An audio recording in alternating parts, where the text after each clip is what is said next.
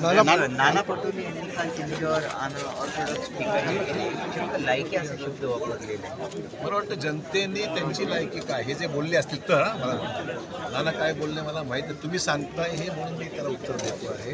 नाना जर आमची लायकी करत असतील त्यांची लायकी काय हे साकोलीतल्या जनतेने ठरवून दिलेलं आहे. 200 मतांनी आले, आम्ही 50 झालो, फरक आहेच ना.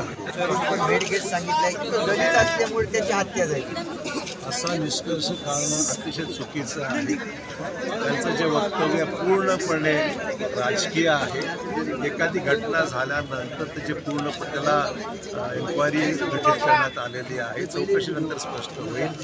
परंतु कोणी व्यक्ती एका समाजाचा आहे म्हणून त्याची हत्या मुद्दामून केली गेली असा निष्कर्ष चौकशीच्या आधीच काढणं उचित नाही आहे. त्यांचा दौरा टोटली राजकीय होता आणि त्या राजकीय दौऱ्यामधून राजकारण करण्याचाच उद्देशाने हे स्टेटमेंट आहे. त्या सत्यता अजिबात नाही. बीडमध्ये संतोष देशमुख ओबीसी आणि मराठ्यांनी तिथे धनंजय मुंडे देखील कृपया होणाऱ्या घटनेला कुठल्याही जातीचं स्वरूप न देता चौकशी अंती जे स्पष्ट होईल त्यातूनच निष्कर्ष काढता येईल.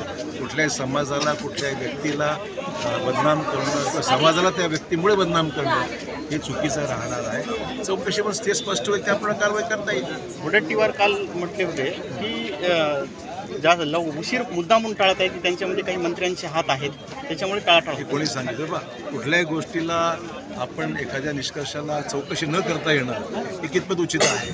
पोलिसांचं काय काम आहे. राजकीय पुढाऱ्याने जर निर्णय घेऊन ठरवलं की हा दोषी आणि तो दोषी आहे तर मग पोलीस कशाला आहे.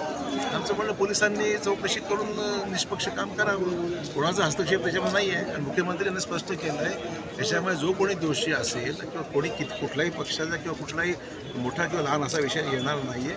तो दोषी असेल त्यावर कारवाई केली जाईल.